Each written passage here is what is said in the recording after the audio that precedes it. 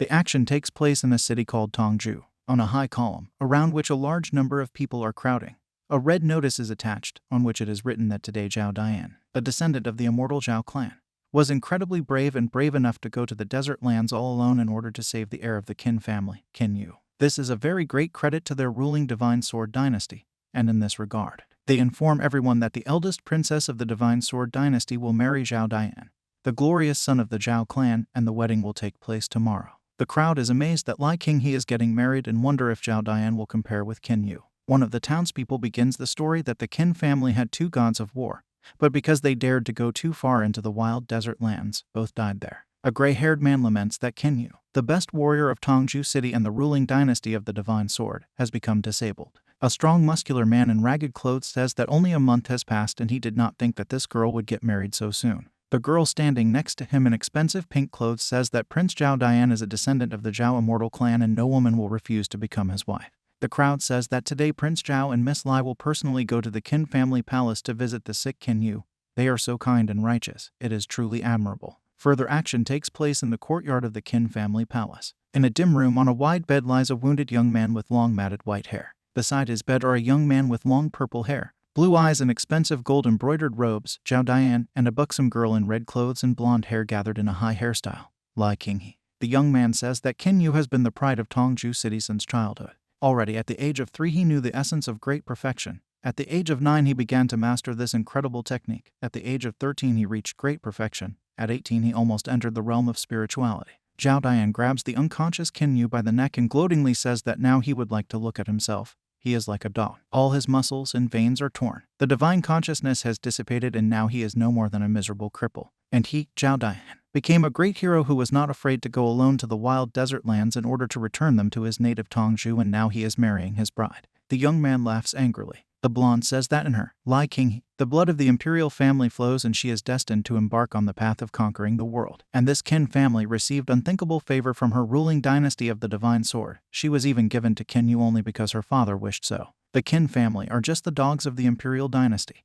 and only a person with truly outstanding qualities and abilities will be able to get her, Princess Lai Qing.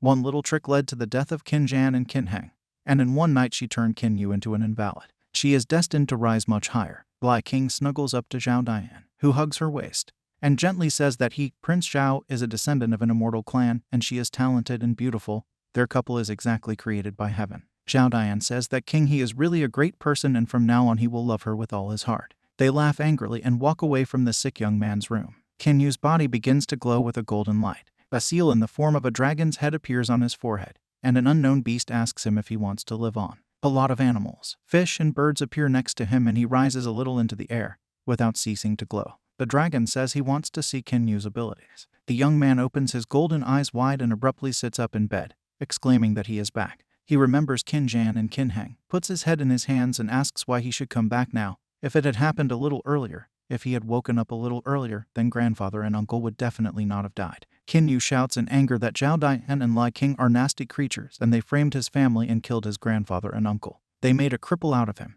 And now they have decided to have a wedding, because of which his family will be completely destroyed. That's right, he woke up at that moment. At that time, he still could not accept the huge changes that were just waiting for him ahead. Qin Yu runs down the street, pushing through the crowd. He bursts into the temple, where Zhao Dian and Lai Qinghe are standing in red wedding robes. Before the wedding, he came to talk to them. Prince Zhao grins madly and throws Qin Yu against the wall with one blow, making a hole in it with them. He didn't expect that Zhao Dian would also disgrace him. As a result, he was badly beaten and a descendant of the immortal clan carried him back to the desert lands. The white-haired man is lying on the ground. 2 horses are quickly galloping away from him. He was saved by Lai Qinghe's sister named Lai Qing Now. A pink-haired girl with an umbrella and in pink robes gives the young man water. She was leaving him. Lai Qing Now is sitting next to the bed where Qin Yu is lying bandaged. 10 years later, he managed to use the chance that the desert lands gave him and he received the right to inherit. Qin Yu is sitting surrounded by fiery tongues. A golden ball appears between his hands. Only he could not have expected that during his spiritual practice Lai Qing would find and kill Lai Qing Now. Lai Qing Yao is hanging in the air, pierced by a thorn that grew out of the ground. Lai Qing runs away. Distraught with grief, Qin Yu decides to go straight to the imperial dynasty of the Divine Sword in order to avenge Lai Qing Yao. The white-haired man holds the girl's body in his arms and screams loudly in despair. He went alone, but on the way he found out that Zhao Dian and Lai Qing had already left, so he decided to take the path of self-improvement again. Qin Yu is walking down the street wearing a black cape with a hood. After he managed to become the supreme demon, he again began to hunt for Zhao Dian and Lai Qinghe. Qin Yu stands on a rock. Under it there is a wooden platform dragged by large green ogres and on which Prince Zhao sits on a large throne, and next to him stands his wife Lai Qinghe. They are surrounded by a variety of creatures. At that time, Lai Qing had already become the empress of the entire continent, and Zhao Dian had assumed the post of head of the immortal clan. These two have formed an alliance with monks all over the world in order to kill him. Qin Yu, surrounded by beasts, rushes to attack Zhao Dian. Lai Qinghe and the monks repel his attack. He got into a deadly fight with Zhao Dian. In the end, Qin Yu was outnumbered and the people of the head of the immortal clan surrounded him. The wounded white-haired man can barely stand on his feet. Zhao Dian tells him that he will not be able to escape anymore and it is best to just meekly accept his death. A golden light bursts out of Qin Yu's chest and he shouts that if he dies today, he will take them all with him. Lai Qing and Zhao Dian look at him in horror. Desperate, he decided to blow up everything around. Further action takes place in a bright room. Qin Yu holds a purple scroll in his hand. A lucky accident that happened in the desert lands gave him the Book of Nature, which contains 108 ancient ferocious beasts and 72 ancient divine beasts. The white-haired man unfolds a long purple scroll around himself and says that he can already awaken one of them. He points to one of the beasts and orders the ghost of Yitsu to appear. Immediately, Qin Yu finds himself between the closed wings of a huge animal. The man says that the ferocious beast Yitsu has an incredibly strong body. His muscles and bones are very powerful and he has no equal. It will even help him to open the first level of cultivation in the spiritual realm. Qin Yu remembers Zhao Dian and Lai Qing and in a rage shouts that he must take revenge and let them prepare to withstand the force of his anger. A gray-haired elderly man in lilac clothes enters the room and asks if it is really Qin Yu. He turns to the door in shock and looks at him. The old man says he's already awake. Qin Yu remembers that this is Qin Shuang, who is an elder of the Qin family. They were like brothers with his father. But he could not have imagined that one day he would decide to team up with Lai Qing in order to send them to the desert lands. He forced people to betray the Qin family, and he became Zhao Dian's servant and killed his entire family. Qin Shuang thinks it's so good that his veins are torn and now he's just a jerk. He can't stand it and laughs loudly, shouting that this incomparable genius fell right on the altar and turned into garbage.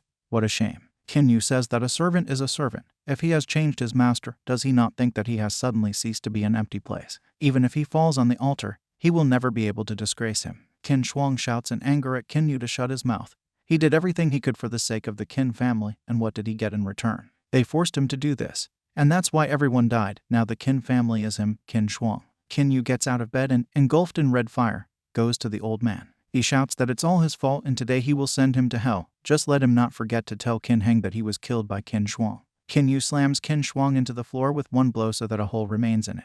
And he shouts that a dog is a dog, and the dog that bites has only one fate. He puts on a black embroidered cloak and leaves the room, saying that he is already on his way. The action takes place in the capital of the Divine Sword Dynasty. There are numerous guards at the gates of the palace, and many people go to the palace. The older guard says that he has heard that the husband of the eldest princess is a man from the Zhao Immortal clan.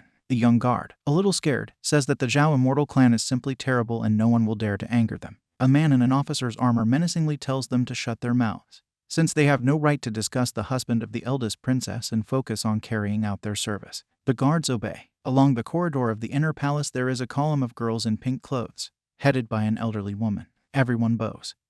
And the woman says that she asks Her Royal Highness to allow this faithful slave to disturb her. Lai Qinghe, adjusting his makeup, lets them in. She is dressed in ceremonial red clothes, and on her head flaunts a high complicated hairstyle, instructed by a lot of jewelry. An elderly woman says that it is a happy time for Her Royal Highness, because it is already time to go to the palace. The princess says she's ready to go. The action takes place in the throne room. Two men blow huge horns. Sitting on the throne is the Emperor of the Divine Sword Dynasty, Lai Jianhe, a middle-aged man in festive yellow robes. Lai Qinghe and Zhao Dian climb the high red stairs to him. Two young girls with pink fans from the princess's retinue are standing below, and men with purple fans from the prince's retinue are standing even lower. The newlyweds kneel before the emperor. Lai Jianhe says that he entrusts his daughter Qinghe to Zhao Dian and asks him to treat her well. The descendant of the immortal clan Zhao bows even lower and says that he will fulfill the emperor's order exactly. They get to their feet, hold hands, and Zhao Dian begins to recite the oath. At this time, a powerful spear blow demolishes the gate and throws the guards in different directions.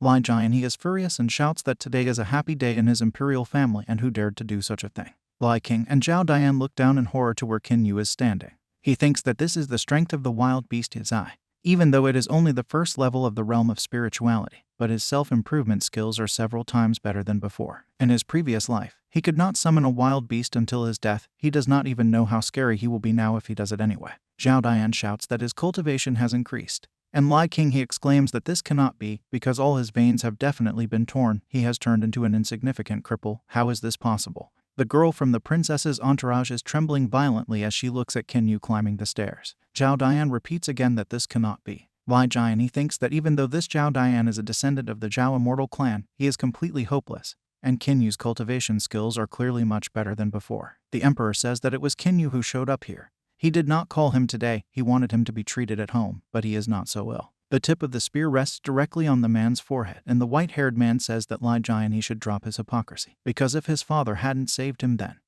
he would have become a ghost long ago. Does he really think that without Qin Heng he would be standing here? His Qin family was willing to do anything for him and their merits are simply enormous. But what did he do to them? Zhao Dian and Lai King entered into a criminal conspiracy, came up with a terrible plan to kill his father and grandfather. They will not be able to walk together under the same sky. He will definitely avenge his family. In the crowd of guests, they begin to whisper about what the man said. Zhao Dian shouts at Qin Yu to shut up. He underestimated him, but did not expect that all his injuries were just a pretense. But despite his level of self-improvement, how dare he be so arrogant, relying only on his spiritual realm? Qin Yu suggests that he check it out and removes the spear from Lai Jian's face. The officer of the guard orders the soldiers to protect the emperor. He thinks that Zhao Dian and Qin Yu have the same spiritual realm.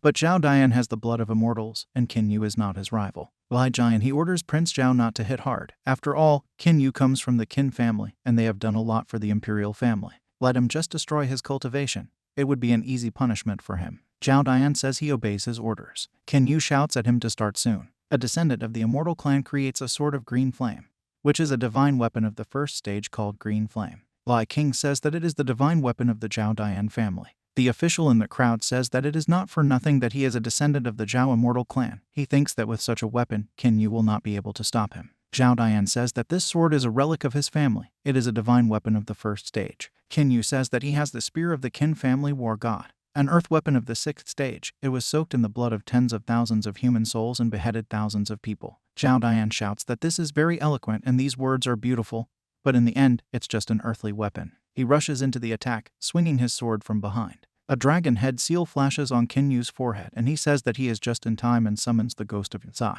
Qin Yu orders the ghost of Yazai to be destroyed. The spear, reinforced by a wild beast, bends unnaturally and comes from the rear of Zhao Dian, who angrily shouts that Qin Yu does not dare to underestimate him. He blocks the spear strike of the Qin family war god with his divine sword, but it begins to fall apart under the onslaught of the incredible power of the spear. Zhao Dian shouts that this is simply impossible and how an ordinary earth warrior could destroy his divine weapon of the first stage. The sword of the descendant of the immortal clan falls apart into two parts and the spear pierces him through, nailing him to the ground. The guests and the emperor shout in amazement. Lai King doesn't understand why he is so strong and it just can't be. She shouts at her fiancé to get up because she won't let him lose to Qin Yu. Qin Yu asks if this is the descendant of the divine clan.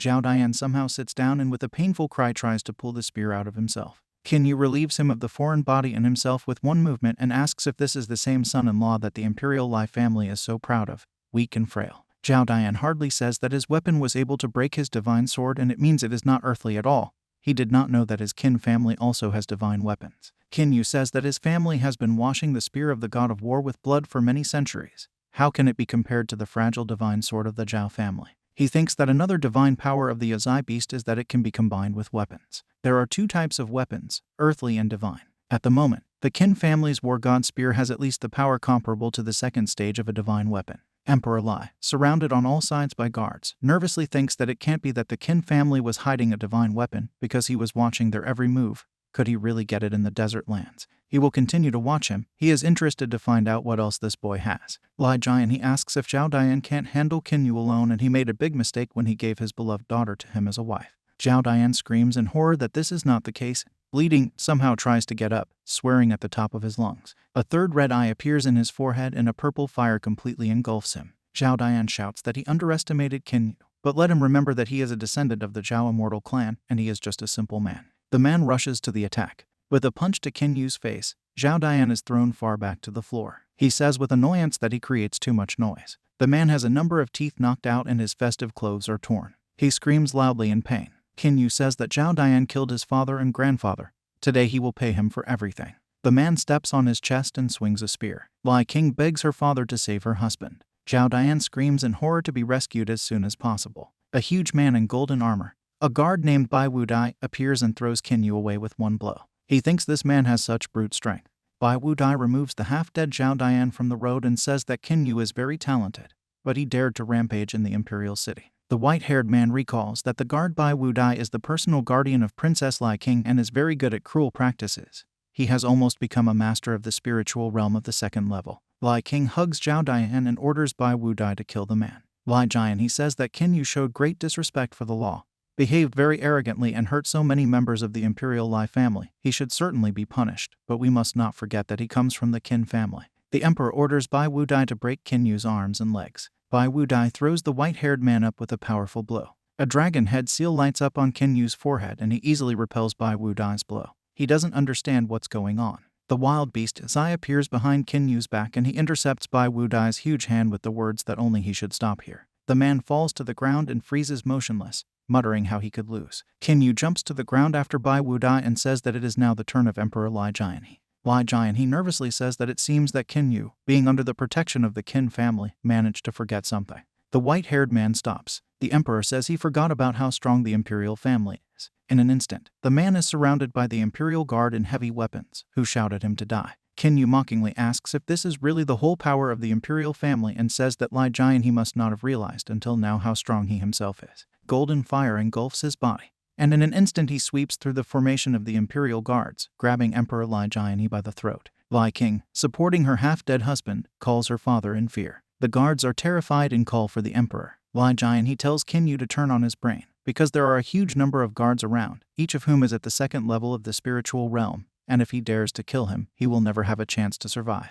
Qin Yu tells him not to worry about him and glances at the guards. He thinks that everything is exactly the same as in his previous life. The guards are dressed in heavy iron armor, the damaging effect of which is incredibly great, but they still have a single weak point, and this weak point is their low speed. Qin Yu tightens his grip on the screaming Lai Jian he's throat. Lai Jian he shouts the name of his executioner. Qin Yu wishes him dead. A table of soft golden light falls on top of them. The white-haired man raises his head and says that the pressure of this light is incredibly strong. A blond man in white clothes and with big white wings on his back says that Qin Yu should be able to forgive and asks him to spare Lai Jian. The man thinks that he is already at the peak of the spiritual realm and in his previous life he was not such a strong person at all. The blond man says that his name is Zhao Huan and he is the head of the Zhao Immortal Clan. The Zhao Immortal Clan and the Lai Imperial family have a common origin and he asks Qin Yu to do him a favor and give Lai Jian to him. Zhao Dian shouts loudly to his uncle to kill him. Lai Jian he gloatingly says that, apparently, Qin Yu will not be able to take his life today. The white-haired man thinks that he is not yet a rival to the head of the Immortal Clan. Zhao Huan says that until now they have taken care of people. They have also forgiven his offense today and he cannot teach him. But as for Zhao Dian, he, being a descendant of the Immortal Clan, committed such a despicable act. When he returns, he will be severely punished in full accordance with the family laws of the Zhao clan. Zhao Dian mumbles that he listens. Zhao Huan tells Lai Jian that today he will ask him for something, namely, to confess everything that the Lai imperial family is guilty of to Qin Yu. The emperor says that he listens to the celestial. Zhao Huan demands that Qin Yu lower his hand and acts on him with his strength. The man's hand begins to descend, and he thinks that this is the overwhelming force of the 9th level of the spiritual realm. He shouts that if Zhao Huan only uses suppression, he will never be able to control him. Qin Yu grabs Lai Jian by the throat again. Zhao Huan exclaims that he, having reached only the first level of the spiritual realm, was able to suppress its power. Qin Yu says that since the immortal forced him to let go of Lai Jian then he will definitely kill him. The emperor screams loudly and falls to the floor. Lai King he stretches out his arms to him and calls his father. In the crowd of guests, they shout that he killed the emperor, and the emperor's guard rushes to attack. Zhao Huan in anger thinks that this guy definitely got something in the desert lands. Qin Yu asks if they need an emperor and throws him into Zhao Huan's wing. He soars into the air and says goodbye to the head of the immortal clan Zhao and promises that they will see each other again. A huge blue hand presses the white-haired man to the ground and he groans in pain. Zhao Huan asks if Qin Yu seriously thinks that he can escape from him and he is too self-confident. Qin Yu thinks that the strength of this suppression is 10 times greater than last time, and there will be problems with it. A dragon-headed seal flashes on his forehead and he summons the wild beast Yazai. With the help of Yazai, Qin Yu gets rid of the powerful pressure of the head of the immortal Zhao clan and attacks the barely alive Zhao Dian, who is hugged by his wife. Zhao Huan contemptuously says that these are children's toys. But at this time Qin Yu soars into the air and says goodbye to everyone. The head of the immortal clan shouts that he has already told him that he cannot escape from him. The white-haired man shouts that right now his beloved nephew Zhao Dian is badly injured and in incredible pain.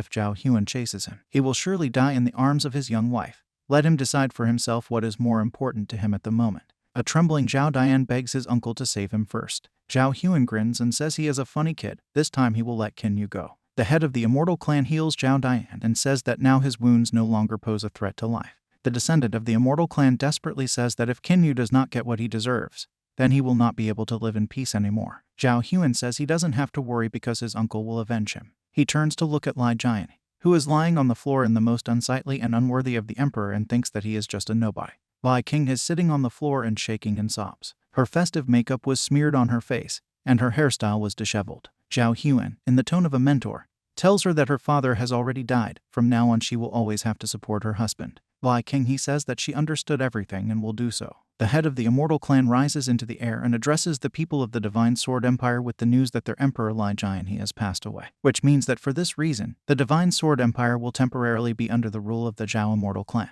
They will have to capture Qin Yu, the murderer of their emperor. One of the guards turns to the princess, who is holding her dead father in her arms, for confirmation of the words of the head of the immortal Zhao clan. She holds back a sob and tells them to obey the immortal. Zhao Huan says that everything is fine. The action takes place in the forest. Qin Yu runs along the path and thinks that he killed Li Jian, which means that he is waiting for endless persecution by the Imperials, because the Divine Sword Empire will never forgive him for killing their emperor. But it is still not clear to him where Zhao Huan came from at all, because he was not there in his previous life. Okay, he killed Li Jian anyway, but what about Zhao Dian and Li King he? Let them live for now. A big eagle is flying across the sky. Qin Yu, who is a descendant of the Qin family from the Divine Sword Empire, has lost his integrity forever, since he committed a terrible crime when he brutally killed Emperor Li Jian he right in front of his people and his daughter and son-in-law, so he must certainly be punished. Whoever manages to execute this criminal is entitled to a part of the city's lands as a reward. A large wooden cart is rolling along the forest road, in which several men, a gray-haired old man, a girl in pink clothes, and Qin Yu are sitting. The girl looks at the white-haired man with a very hostile expression. He thinks that the Divine Sword Empire gave the order to kill him, so now he will have to leave this unfriendly state as soon as possible and go to the larger Tanhi Empire, which is located next door. There are several hundred cities in the Divine Sword Empire, but it's still quite a small country. But in the Tanhi Empire there are thousands of cities, countless clans and clans of all kinds, so the Divine Sword Empire is just a grain of sand in comparison with it. Let Zhao Dian and Li King wait for him, he will grind them into powder. A girl in pink clothes whispers to Grandpa that he shouldn't have let him into the cart at all. If you look at his disheveled and untidy appearance, you can immediately see that he is not a good person. The old man tells her, calling her Zhao Yu, that although this guy looks sloppy, but his body is in excellent shape and he will make a great assistant. They are going to the Tanhi Empire and the road can be very dangerous, and it will be much calmer with him. Zhao Yu says that her grandfather is Zhen Nan Wang himself from the Tanhi Empire, who here would dare to threaten them. Qin Yu thinks that he could not have expected that this old man would turn out to be Zhen Nan Wang himself from the Tanhi Empire. Zhen Nan Wang is a true hero of humanity. He has been strenuously defending the borders from the attacks of evil spirits all his life. Unfortunately, when the Immortal Clan started helping the Divine Sword Empire, they overthrew the Tanhi Empire with one blow, and Zhen Nan Wang was killed by Zhao Dian. And now he is sitting in the same carriage with him. This is really fate. Zhao Yu shyly shouts to him why he is staring at her so intently. Qin Yu looks away and says it's nonsense. Zhao Yu shouts that this guy has no manners and she is furious. Two girls with huge weapons are watching the cart. The coachman turns around and tells his master in the cart that about another 100 miles and they will cross the border of the Tanhi Empire. Zhen Nan Wang asks him to hurry because they have to get to the Tanhi Empire as soon as possible so that nothing happens to this young man. Qin Yu thinks that Zhen Nan Wang immediately realized what a difficult situation he was in and he said it on purpose so that he would hear. It is very far-sighted. Arrows fly out of the forest and kill all the horses and the coachman. The carriage stops abruptly. Everyone jumps up. Zhao Yu asks in fright what happened. A huge sword on a chain smashes the cart into splinters. Its passengers barely have time to jump out. A girl in black clothes, black loose hair, a seal on her forehead and a huge sword on a chain behind her back, engulfed in purple flames, says that she was told to take Zhen Nan Wang's head. The old man warns everyone to be very careful, because in front of them is a mercenary of the Death Clan from the Tanhi Empire. Qin Yu recalls that the Death Clan from the Tanhi Empire supplies famous assassins. The girl tells him to accept his death obediently. Zhen Nan Wang says that the Death Clan clearly underestimates him. Did she really think she could handle him alone? All his fellow travelers draw their weapons. The girl squints her red eyes and says that, of course, she did not come here alone. A faint glow appears above Zhen Nan Wang's head. Qin Yu shouts loudly to be careful. He grabs his spear and beats off a large arrow glowing with red light with its tip and shouts that it is the arrow of the sun god. The arrow falls apart into 2 parts. Qin Yu is breathing raggedly. An almost completely bandaged girl with blonde hair and a bow and a quiver of arrows says that he was able to stop her arrow of the sun god. She lands next to a black-haired girl. Zhen Nanwang says that this arrow of the sun god is one of the 3 deadly weapons of a very high level that belong to the death clan of Tanhi. To kill him, they are ready to go out of their way. Well, okay. The old man shouts at them to listen to himself and says that he is ready to accept his death submissively, but only on one condition, that they let everyone else go. One of the fellow travelers looks at him in horror, and Xiao Yu plaintively calls grandfather. The black-haired woman points her sword at him and says she agrees, because it will be even easier that way. Qin Yu blocks Zhen Nanwang with himself and says that he can help him and he will never die with him. The white-haired man tells the girls that he, Qin Yu, is protecting this old man. The blonde says that if he is in such a hurry to die, then they will be happy to help him with this. Qin Yu asks them to introduce themselves, as he does not like to kill nameless ones. The girls say that their names are Wu Yu and Wu Si from the death clan of the Tanhi Empire. Qin Yu thinks that these are sisters from the Wu family. In his past life after the collapse of the empire, they went to the desert lands and became just as famous. But unfortunately, they still lost to Zhao Dian and were beheaded. If he manages to win them over to his side, it will be very, very good. Wu Si screams at him to die and throws her sword on a chain at him. The white-haired man shouts that she is just in time and throws his spear at her. Everyone present winces from the dust that has filled the entire clearing. Qin Yu says that there is almost no difference between his Qin family war god spear and this weapon. Wu Si swings his sword from behind his head and attacks the man. He barely manages to deflect her blow. Wu Si asks if this is the spear of the god of war. Wu Yu takes aim and says that he was lucky that he was able to catch her sun god arrow with a power of only 30%. Only this time she will release an arrow with a power of 100%, and she will definitely take his life. Qin Yu throws Wu Si aside and she says that he was able to repel 2 of her blades at the first level of the spiritual realm. It seems that this is some kind of divine genius, but the gap between them is still very, very large. Wu Si uses a high-grade yellow-level weapon called the Scorching Sun Blade.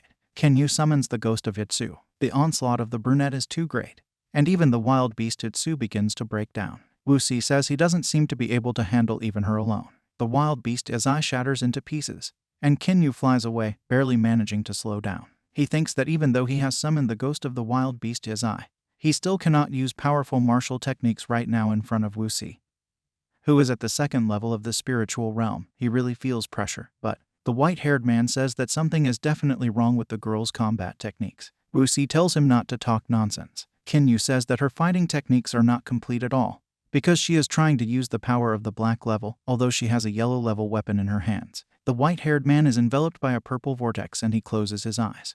Qin Yu unknowingly knocks the sword out of Wu Si's hand and puts the tip of the spear to her chest, saying that he also said that something was definitely wrong with her fighting techniques, because this technique was full of flaws. Wu Yu points an arrow at him and yells at him to let her sister go. Qin Yu says he can help improve her skills, but with one condition. Wu Si angrily says that she doesn't need it, and if her fighting techniques are worse, then let him just kill her. She turns to the blonde archer and shouts at her not to think about her and just kill them all in order to successfully complete the mission. Wu Yu is making strange noises. Qin Yu thinks that the bond between the sisters is very strong and one can no longer pay any attention to Wu Yu. Xiao Yu asks Grandpa if he is really that strong. Zhen Nanwang thinks that the boy from the Qin family is really very good. It seems that the trip to the desert lands was very useful for him and he thinks that he made the right bet. The tip of the war god's spear is pressed against his skin and she moans in pain. Wu Yu throws the bow and quiver of arrows to the ground, kneels down and asks the man to stop and kill her, but only to let her sister go. Qin Yu lowers the spear and says that the Death Clan is completely worthless and shameless,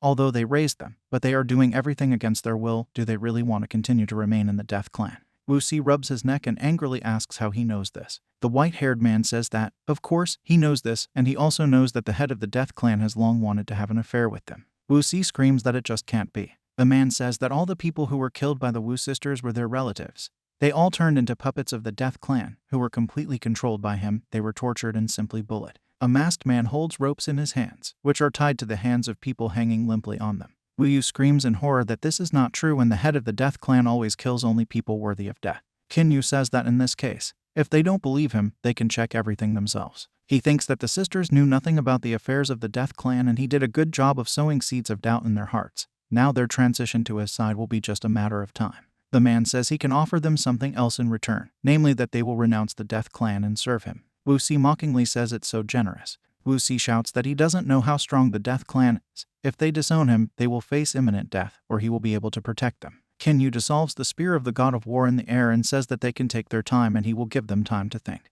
He turns around and starts to leave, saying that if they decide, they can come to him at any time. He will live in the largest inn of the Tanhi Empire. Wuxi grabs his sword and shouts in rage that he had a chance to kill her. But now she and her sister will try their best and he will not be able to stop their attacks. Kinyu turns around and says that he agrees to try. Wuxi nervously falls silent and trembles. Wu Yu says that Wu's sisters never remain in debt, and if not this time, then next time they will definitely kill him. She shouts that Zhen Nanwang should not think that if he gets to the Tanhi Empire, he will continue to live carefree, because the Death Clan will have hundreds of ways to finish him off. Zhen Nanwang exhales, and Xiao Yu shyly thanks Kinyu. The white-haired man leans towards her and says that it is an honor for him that his granddaughter Zhen Nan personally thanks him. He asks the old man if he will give him his granddaughter in marriage. Xiao Yu jumps up and screams. Zhen Nanwang says that from the point of view of self-improvement, he can safely be called a leader, and he has a lot of courage, and if you think about reputation, this is already too much. The girl asks if he is the Kinyu that everyone is looking for so hard, and Grandpa knew everything from the very beginning. Zhen Nanwang says that she was thinking too slowly, and if Brother Qin really wants this, then he will take on such responsibility. Xiao Yu mutters something under his breath in embarrassment. Kinyu scratches his head and says that he will have to think about it, because he was just joking. Turning to the old man, he says that they need to hurry up. He agrees. Xiao Yu clenches her fists and thinks that this guy is definitely mocking her. She's just furious. She's not a match for him, really. The action takes place in the city of Tanhi. All travelers enter the city along a wide road, on both sides of which there are guards and a huge crowd of people. All hail King Zhen Nan. In the crowd, they are talking about whether it is really King Zhen Nan, and next to him is Princess Yu Hua. A young man in blue and white robes and a white fan in his hand named Wang Fei pushes through the crowd and joyfully shouts that King Zhen Nan has finally returned and his father remembered him so much while he was away. Zhen Nanwang strokes his beard and says that he hasn't seen his father for a very long time either. Wang Fei approaches Xiao Yu and says that he and Lai Yu's sister haven't seen each other for so long and he missed her very much too. Lai Yu says, pulling back a little, that he and Wang Fei don't know each other that well. The young man says that he and his sister Lai Yu were married since childhood.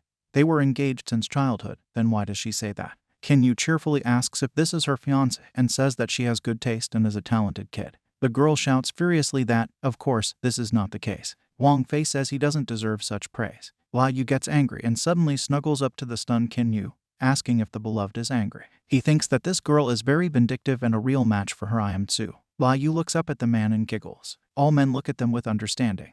Wang Fei asks in amazement what is going on here. Lai Yu hugs Kinyu by the hand and introduces him to everyone as her lover. Wang Fei's enraged boots are cracking the ground and he asks her not to make her laugh. The girl happily says that they have been together for a long time and will get married very soon. Wang Fei's face contorts with anger and he says through his teeth that she was just tired from the road and he arranged a banquet for her. Turning to her grandfather, he says that the banquet is, of course, in honor of King Zhen Nan. He agrees. In the city of Tanhi, there is a procession consisting of people in front, a parasoral office, on which Kinyu and Wang Fei are sitting, and a triceratops, on which Lai Yu and Zhen Nanwang are sitting. The girl says they haven't been here for so long. Men on parasoral sit with their arms folded on their chests. Wang Fei angrily says that he doesn't know who this guy is, but he will tell him only once that Lai Yu is only his and he advises him to get out of Tanhi as soon as possible. He gives him one night. If he sees him here tomorrow, he will definitely skin him. Kinyu gets up and cheerfully says that he can get out of Tanhi City, but he will have to wait a little until they get married with Lai Yu, give birth to a son and daughter, and then we can talk about it. Wang Fei imagines married Kinyu and Lai Yu holding a baby in their arms and shouts that this will not happen. He grabs Kinyu by the collar and shouts that he will kill him and let him not think that Lai Yu's sister will protect him. How can he be so arrogant? Kinyu indifferently says that he can be both arrogant and talented, and now let him kill him. Wang Fei lets go of the white-haired man, who begins to shake off his clothes, and growls in impotence that he will still pay. The man thinks that this Lai Yu created a huge pile of problems for him as soon as she appeared. They drive up to the blacksmith's quarter of Tanhi City. Wang Fei jumps off the parasoral and with a bow tells King Zhen Nan and young lady Yu that they have arrived. Zhen Nanwang says that it is not for nothing that the blacksmith clan is so widely known in the city of Tanhi. The gates alone are decorated with so much yellow metal. Lai Yu frowns and folds her arms over her chest. Wang Fei bows and thanks King Zhen Nan for the compliment. All the ornaments that are at the entrance were forged by his father, but it doesn't matter, it's worth going inside soon. He leads the guests into the living room and tells Zhen Nanwang that his father has some very important and urgent matters. So he is not here now and today he will receive the venerable guest, King Zhen Nan himself. He asks them to wait until he orders dinner. Kinyu looks around the living room and thinks that it really is a very luxurious environment. Guests are sitting at a table with several dishes on it. Wang Fei brings in a plate with a huge piece of meat and hands it to Lai Yu with the words that this is the meat of an underground dragon. It strengthens the body very well. He had prepared it especially for her. Even though it was very difficult, he still got it. Ken Yu intercepts the plate and says it's great. Wang Fei rushes to him and shouts that it's not for him. The man pushes him away with a light blow and he winces in pain, thinking that this guy has such brute strength. The white-haired man squints with pleasure and suddenly a golden fire engulfs him. He begins to absorb a huge amount of food. Wang Fei says with a bow that he has very good news for King Zhen Nanwang.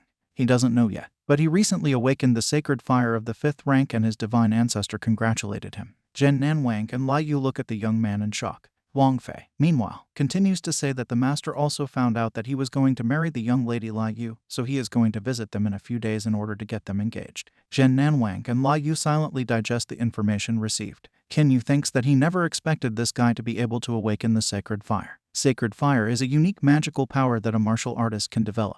It is divided into 9 ranks, of which the first is the weakest and the 9th is the strongest. Once a warrior awakens the sacred fire, he can receive the most honorable position on the entire continent, that is, become a master of tempering. The white-haired one thinks that although Wang Fei has only awakened the 5th rank of the sacred fire, even this is very rare in the Tanhi Empire. In addition, the same divine ancestor that Wang Fei spoke about is an outstanding person, because he not only managed to reach the 6th rank of the sacred fire, but also brought his cultivation level to the very peak of the spiritual realm. It can be said that in the Tanhi Empire, Wang Fei's divine ancestor has very great power. Wang Fei continues to say that his mentor also promised him that he would arrange for him and young lady Lai Yu such a rich and magnificent wedding, which he had never seen before. Zhen Nanwang thinks he's going to have big problems now. In the evening, Ken Yu collects his few belongings and goes to the exit. Lai Yu says that he can stay in the palace of King Zhen Nanwang, so why did he decide to go to the inn in that case? The white-haired man laughs and asks if she will miss him. Lai Yu winces, quickly turns around and walks away, rubbing his eyes. Ken Yu thinks she doesn't need to worry. This Wang Fei isn't that good at all, and they are made for each other. He won't let her fall into his dirty clutches. Arriving at his room at the inn, the man sits on the bed in the lotus position and begins to cultivate. He thinks that the fastest way to improve oneself is to absorb natural treasures in the flesh of mutated animals. Tomorrow he will go in search of something suitable for this. When he enters the 2nd level of the spiritual realm, he will be able to subdue the 2nd beast from the Book of Nature, namely the 9-legged golden crow. The 9-legged golden crow is responsible for the fire of heaven and earth. I wonder what Wang Fei's face will be like when he sees the sacred fire of the 9th rank in front of him. He imagines the face of a descendant of the blacksmith clan, greatly distorted with horror and anger. Wang Fei is standing on a large and empty veranda with his hands behind his back. A man with a sword on his back bows to him and says, calling him master, that they have already found out everything. Ken Yu comes from the Qin family of the Divine Sword Empire. A descendant of the blacksmith clan asks if this is the Ken Yu who was cuckolded with an immortal. The man says that everything is true. Wang Fei grins madly and throws his head back, starting to laugh loudly. He gloatingly shouts that he is going to die laughing. And he still thought that this was such a powerful man, but it turns out that this is just insignificant garbage. Well, he will be merciful for now and won't kill him right now. He wants Ken Yu to see with his own eyes how Lai Yu will become his wife. At the same time, Ken Yu rolls up a scroll engulfed in golden fire and says that describing the art of war is very tiring. He remembers that he received an artifact called the Palm of the Thunderstorm in a previous life, and although it is an artifact of the lowest, black level, it can still be exchanged for a lot of natural jewels that he needs right now. The white-haired man puts on a white embroidered robe and goes to the exit of the room. He's heading towards the Tanhi auction house. The tall building of the auction house is brightly lit. A variety of creatures walk on many floors. Ken Yu says it's a real nostalgia. A green lizard with a monocle and an embroidered orange robe politely greets him and asks what the gentleman wants. The white-haired man rudely replies that it does not concern him and orders him to call the young lady Wanner. A lizard in a dressing gown walks away and asks to wait a little. He tells a young black-haired girl with green eyes, green expensive clothes, surrounded by pairs of incense and sitting on 3 huge green snakes that a certain young gentleman wants to see Miss Wanner. Ken Yu happily says that he hasn't seen Wanner for so long. The girl wonders who it could be. The white-haired man says he wants to participate in today's underground auction. Young lady Wanner rides her snakes and asks the gentleman to follow her. A lizard in a dressing gown opens the door for a man and asks the gentleman to enter. Ken Yu quite says that it is very nice to come back here again. Young lady Wanner turns around and says that they have never been acquainted.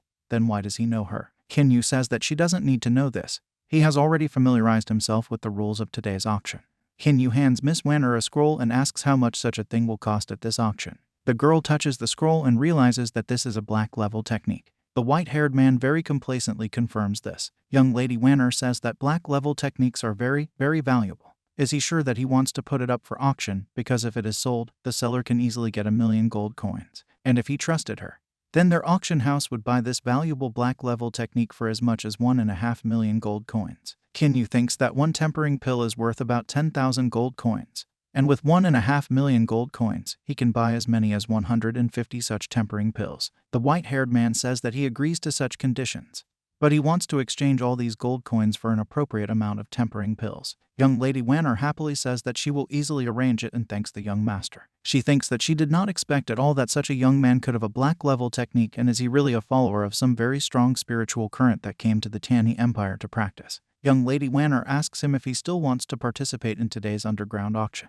Kinyu confirms her words and thinks that if he remembers everything correctly, there should be one very, very unusual jewel that he really needs at today's underground auction. The young Lady Wanner says that in this case she will take him to his place in the hall. The girl brings him to the great hall and says that welcome to the arena. Visitors talk among themselves that they have been here dozens and hundreds of times, but have never seen her smile so sweetly, and does anyone know who it is next to her? Kinyu sits down in a comfortable chair and says that there is a very good view from here. Young Lady Wanner smiles and says that only the most expensive guests of their auction house have the right to occupy these seats. From behind, the young Lady Wanner is hailed by a gap-toothed young man, who, loudly calling her and shouting that he has already come, runs towards them. The girl squints with displeasure and squeezes out a more or less polite greeting. She says that Mr. Wang Chuan has already come here. Wang Chuan happily says that today he brought her just an excellent product.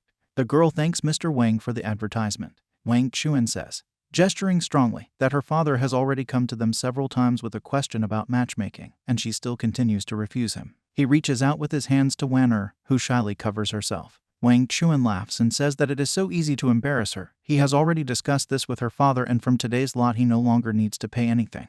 All the payment for this item will be considered a ransom for her. Even her father couldn't refuse it. Wanner turns his head away. Kinyu turns around and thinks that he was absolutely right. And today, indeed, a divine spear, a damaged divine weapon, will be put up at an underground auction. Wang Chuan glances at the chair he has occupied and roughly grabs his shoulder, shouting that this is his place and he can't sit here, so let him roll out of here. Young Lady Wanner tells him that this is her guest and there is no need to be so rude. Wang Chuan does not understand what is the matter and sadly says that this place has always belonged to him before. Kinyu sits down rather impressively in an armchair and complacently says that now this place is his. Wang Chuan angrily asks how such trash just at the first level of the spiritual realm dares to talk to him like that. Kinyu throws the gap-toothed guy aside with a light blow. Retreating a few steps and holding his cheek, Wang Chuan pokes his finger at the white-haired man and tries to say something. Yellow-eyed coldly says that he annoys him and if he says one more word, he will definitely kill him. Wang Chuan is engulfed in green fire and he shouts that no one dares to talk to him so contemptuously. If he wants to die so much, then he will gladly help him in this. Young Lady Wanner shouts loudly at him to stop this outrage. The gap-toothed guy turns around at her. The girl folds her arms on her chest and says that no one is allowed to make scandals in the hall of her auction house. This rule is absolutely for everyone. Wang Chuan tries to put all the blame on Kinyu, but the young Lady Wanner orders him to be silent. He scratches his head in embarrassment and agrees. Wang Chuan has to go higher and sit in worse places. He mumbles that he has to endure the insult now to please Wanner.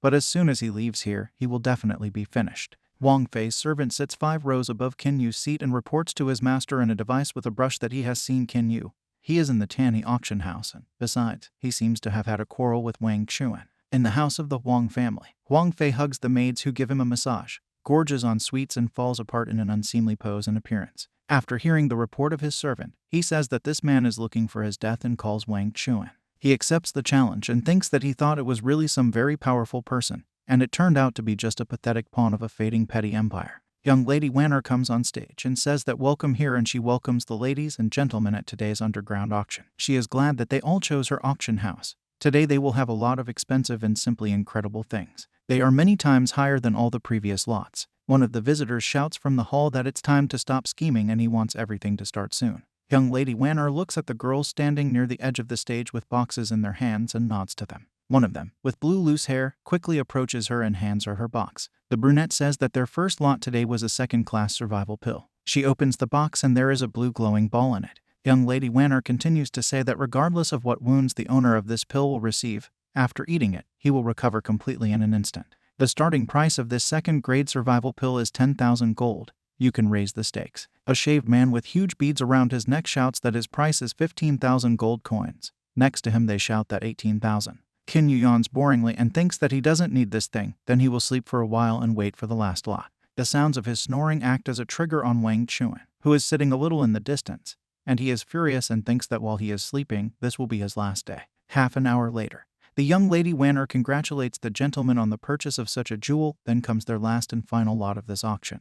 Kinyu wakes up and excitedly shouts to be carried out as soon as possible. Wang Fei's servant also activates and shouts that he really needs this weapon. Two guys take out a very large and long box. Young Lady Wanner says that it is a divine weapon of the first class, a damaged divine spear. She opens the lid of the box and shows everyone the fragments of a golden glowing spear lying inside. Although this spear is damaged, it is still a divine weapon. The starting price is 1,000,000 gold coins. You can raise the stakes. Wang Fei's servant says that he will buy it for 1.5 million gold coins and hopes that the ladies and gentlemen will show respect, because this item is very important to his blacksmith clan. Young Lady Wanner thinks that this damned forging and casting clan is trying to bring down the price like that again. Kinyu thinks it's his turn, but suddenly Wuxi is next to him, who declares that she will buy it for 2 million gold coins, since she also really needs this thing. The white-haired man recognizes her. Wang Fei's servant shouts in anger that she does not dare to intercept things from his forging and casting clan.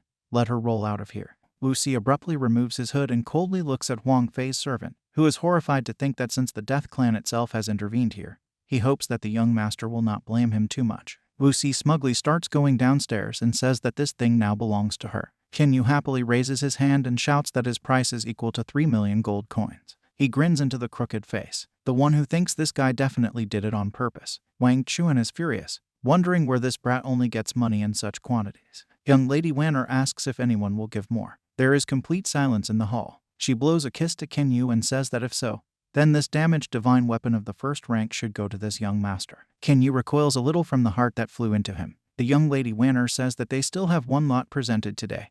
This time the final one. This is a black-level martial art technique called the Palm of the Thunderstorm. The hall immediately becomes active and starts yelling loudly. Wanner says that the starting price is 5 million gold coins and you can start. They shout from the audience that they will give 6 million, 7 million for it. Wang Chuan's Inhumanor covers everything, that he will give 10 million gold coins for this technique. Wang Fei's servant retorts and offers 12 million gold coins. Wang Chuan angrily asks what it means, because he really needs this thing. Wang Fei's servant replies that the young master has sent him a message saying that he should get this martial art technique, so he apologizes to Mr. Wang. He shouts out the price of 15 million gold coins. Wang Chuan thinks that he should also help this Wang Fei to teach Kinyu a lesson. Let him dream on, a dreamer. This will not happen. Wuxi says it's only 15 million gold coins. Doesn't he want this technique too? She's offering 18 million gold coins. Kinyu covers her mouth and tells her not to be scared and listen to him. Wuxi angrily asks why she should listen to him. She starts to name a new price, but stops halfway and agrees to listen to him. The white-haired man nods his head approvingly. Wuxi blushes and wonders why she should listen to him after all. Miss Wanner says that since no one raises the price anymore, this jewel now belongs to Wang Fei's servant. He begins to laugh loudly and rejoice. Kinyu leans over to the Death Clan follower and tells her not to forget what he told her. He lives in the guest house of Tanhi and let her not forget to come to him, and it's time for him to go. A moment later, in an empty room, Miss Wanner says that Mr. Qin has been walking for too long. Kinyu says he was only able to come. The girl thanks him. The white-haired man says that she is a great fellow and everyone says that you can't cheat, you won't sell. He didn't even think that she could sell this technique for such a huge price and asks if he owes her something for it. Young Lady Wanner comes close to him and whispers something in his ear.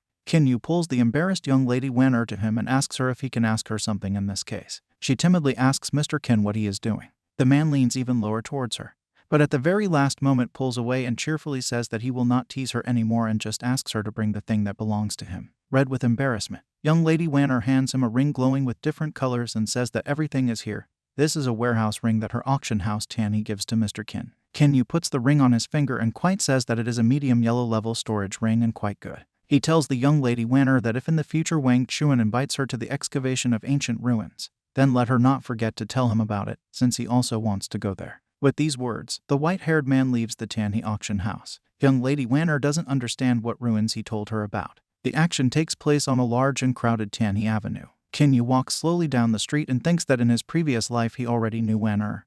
But that time, after returning from an excavation at the ancient ruins, she was forced to become Wang Chuan's wife because he had wove a whole conspiracy against her. Wang Chuan happily holds onto the red wedding ribbon along with a downcast and sad Wanner. Unfortunately, immediately after the wedding, Wang Chuan showed his true face and turned his young wife's life into a real hell. A gap-toothed guy throws away a bloody and beaten Wanner, dressed in rags and wiping tears. Kinyu says that in his previous life he was never able to pull the unfortunate Wanner out of this nightmarish abyss, but this time he will definitely give her heaven. Late at night, in his room at the inn, Qin Yu cultivates, engulfed by fire and surrounded by many tempering pills. He thinks that ordinary warriors at the first level of the spiritual realm can only take 1 tempering pill at a time. More talented warriors can take up to 3 tempering pills at a time. Warriors who have reached the peak of development can drink 10 tempering pills at a time. And he, who has the strength of a wild beast as I, has no equal in physical strength, and 150 tempering pills will be enough for him behind his eyes. Qin Yu swallows all the tempering pills at once. His robe is torn, and his muscles become several times larger than before. A golden seal with a raven's head flashes on his forehead. He says that 150 tempering pills really allowed him to break through to the 2nd level of the spiritual realm, and now he will be able to summon the 9-legged golden crow. Qin Yu opens the Book of Nature and touches the 9-legged golden crow with his finger. A huge bird with 9 legs appears in front of him, and the white-haired man gently strokes her head. A fiery tongue jumps down from the chest of the 9-legged golden crow onto Qin Yu's arm and begins to curl around him. A few more lights appear, and one of them merges into a storage ring. Fragments of the 2nd-degree divine spear and the spear of the Qin family's god of war fly out of it. Qin Yu says it's time to start. The lights grow and cover the spears. The white-haired man thinks that the heavenly mysterious fire can give strength to everything on earth, and it will be very easy with the help of this fire to connect his spear of the war god of the Qin family and the broken divine weapon. The huge advanced spear soon appears in front of Qin Yu. He takes it and thinks that everything is ready, and after improving the broken weapon, the spear of the god of war has turned into a divine weapon of the 1st stage. Now he can easily reach the 5th level of the spiritual realm, and all this will be only thanks to this spear. He falls on the bed and falls asleep with the sweet sleep of a baby. The action takes place in the vicinity of the city of Tanhi. 4 bald bearers carry a palanquin containing Huang Fei's divine ancestor. A lot of people in black cloaks are walking next to them. A bright glow appears above the roofs of the houses, and the old man immediately looks out of the window and thinks that it has just blinded him. It seems that now he has seen a divine weapon of the 1st stage. Huang Fei's divine ancestor climbs back into the palanquin and says that if a divine weapon of the 1st degree really appeared somewhere here, he must definitely come up with some way to take it for himself. He doesn't understand how such a small and insignificant town like Tanhi could even have such a treasure as a divine weapon of the 1st degree. Huang Fei's divine ancestor laughs viciously, showing his old rotten teeth. The action takes place in the death clan of Tanhi. The hall is in semi-darkness. Blue lights are burning on lamps in the shape of skulls of various creatures. On a high throne sits a white-haired man in rich purple robes, the head of the death clan named Ho Si Ren, and in front of him bowed Wu Si and Wu Yu, who call the person who sits on the throne the head. Ho Si Ren says, leaning on the armrest of the throne, that Wu Si and Wu Yu together could not hack down King Zhen Nan Wang and could not buy the thing he needed at auction either. What would they order him to do with them? Wu Si shakes and asks the head to punish them. Ho Si Ren laughs and takes Wu Si by the chin, affectionately saying that he has raised the 2 of them since their childhood. How can he punish them? He has a new task for them. He hopes that this time they will cope with it. Wu Si and Wu Yu say that they will fulfill everything.